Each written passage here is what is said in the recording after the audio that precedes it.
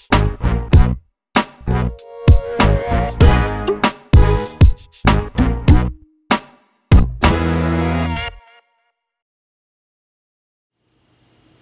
everyone, welcome back to Paul's Model Works. I know, I've been kind of slow lately on making videos, and I do apologize for that, but things have been a little busy around here.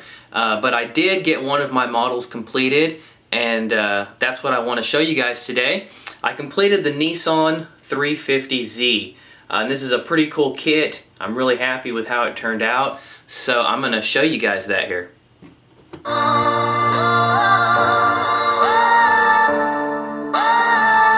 Alright, well here's the finished build in all of its glory. As you guys can tell, the paint job is flat red, and thanks to my wife on that one, she saw it before I had cleared the model and was like, you know, what would it look like if it was flat red? So I kind of went with it, and of course it's got a dull coat clear on it, but I actually really like how it turned out. Kind of adds to that, you know, little bit of a custom touch that I was looking for. So the paint looks really cool, and I'm really happy with how that turned out. The rims are painted flat black, and for stock rims that came with this kit, they're actually really nice rims. And then of course I have the brakes in there painted, the rotor, and then the calipers are painted gold, which was a factory color for the calipers. So really nice rims. I detail painted in the lug nuts on those. Now some of you guys had mentioned in my last video that how come I didn't camber the wheels on this. A couple of reasons on that. First of all, these stock tires that are on here, I didn't use the ones that I had before. I used the stock ones. Reason being, the other tires that were more low profile that I had on there, for some reason they had a bad reaction with the paint that was on the rims. I don't know if it was the rubber or what, but they reacted together and it kept causing the paint to just like melt off of the rims. I don't really know why. So what I did is I took those off, cleaned the rims up, and then I put these stock tires on there. And so, you know, they're a little bit thicker and they didn't really fit with that stretched look that I was going for. Also with this kit, I just wanted to get it finished.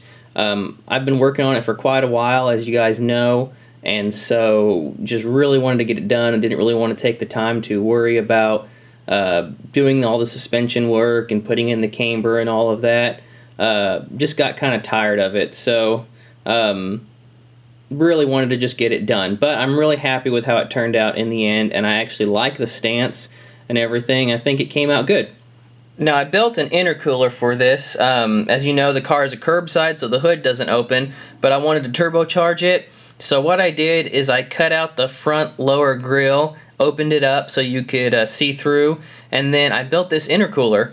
I used a parts box radiator, and then just, you know, shaved the sides off, used a paper clip for the you know, tubing on the front there, and then some styrene rod for the you know, tubes coming off the side, the piping and plumbing and everything. I think it came out pretty convincing. I'm pretty happy with how it looks in there and how it fits. On the rear of the car, not a whole lot of custom work going on there. First thing you guys can see is, of course, put a license plate on it. And then one thing I did is down there around the exhaust tips, you know, on a normal stock 350Z bumper, that's all one color. What I did is just around the area where the exhaust tips go, painted that flat black so it kind of has a little bit of like a rear diffuser kind of look to it and everything. And also I used my own exhaust tips on that. I did not use the plastic exhaust tips that came with the kit. To me they just look kind of fake and cheap, you know, and just doesn't really add to the realism of the vehicle. So I used a couple of aluminum, or used a piece of aluminum tubing, cut my own exhaust tips off of that, and put those on there. And I think it just adds to the car, gives it a little more character. Definitely makes the exhaust tips pop out more, in my opinion.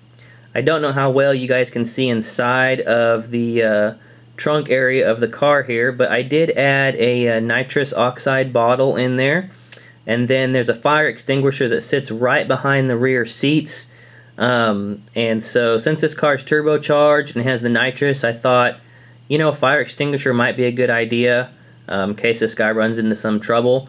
So I added that fire extinguisher in there, and looks pretty cool in my opinion.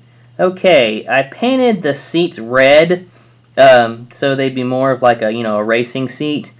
Give it a little bit of color to all that black interior. So I went ahead and painted them flat red, and it looks pretty cool. And then again, you can see that fire extinguisher just sitting on the area there right behind the seats. You know, that way if there's something going wrong, you can just reach around real quick and grab it. Now if we pan around to the dashboard here, you guys can see there that the dashboard is fully detailed. It has a screen there in the dash for the GPS navigation and everything. Detailed all of the gauges and buttons. It's a stick shift, and so the inside is actually really nice on this kit. There's a lot of detail involved, and so I just found a picture of a 1/1 interior and just detailed that as close as I could to the build. So I'm really think that it's got a nice interior on. Another area where this kit really shines is the underside and the undercarriage. It's got a lot of nice detail underneath there.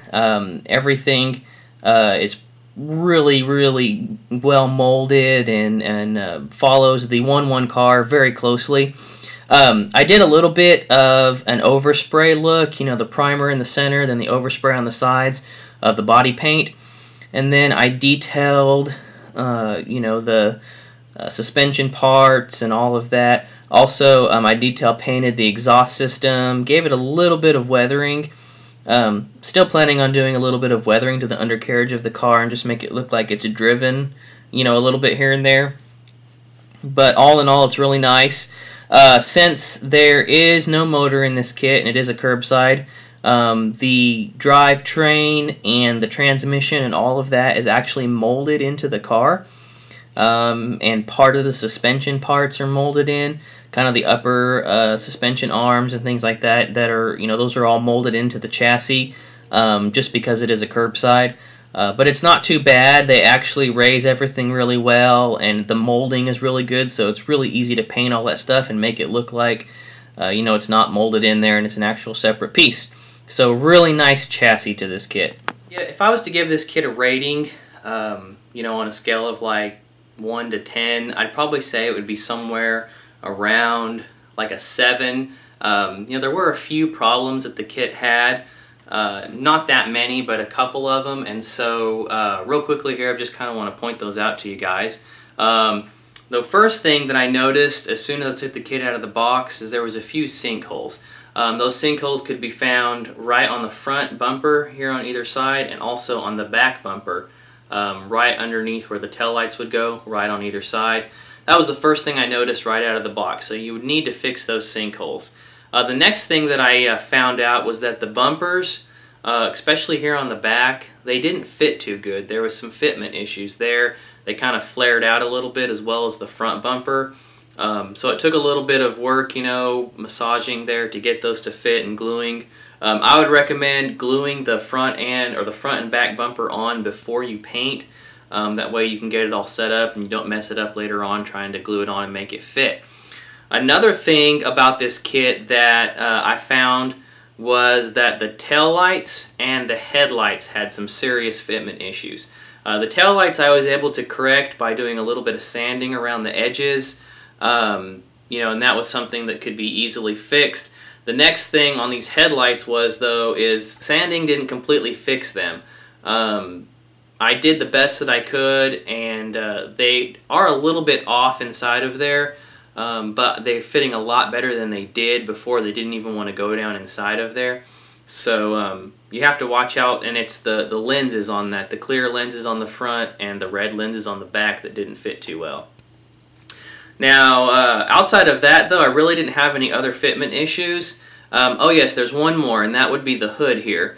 Once you put on these windshield wipers here on the front, they kind of pushed the hood up and didn't let it sit properly.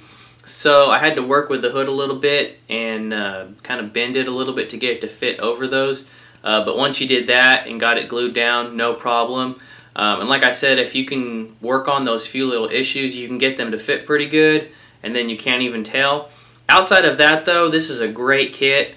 You know, if you want to build a Nissan 350Z, then look for this Aoshima kit. I do know that Tamiya makes one.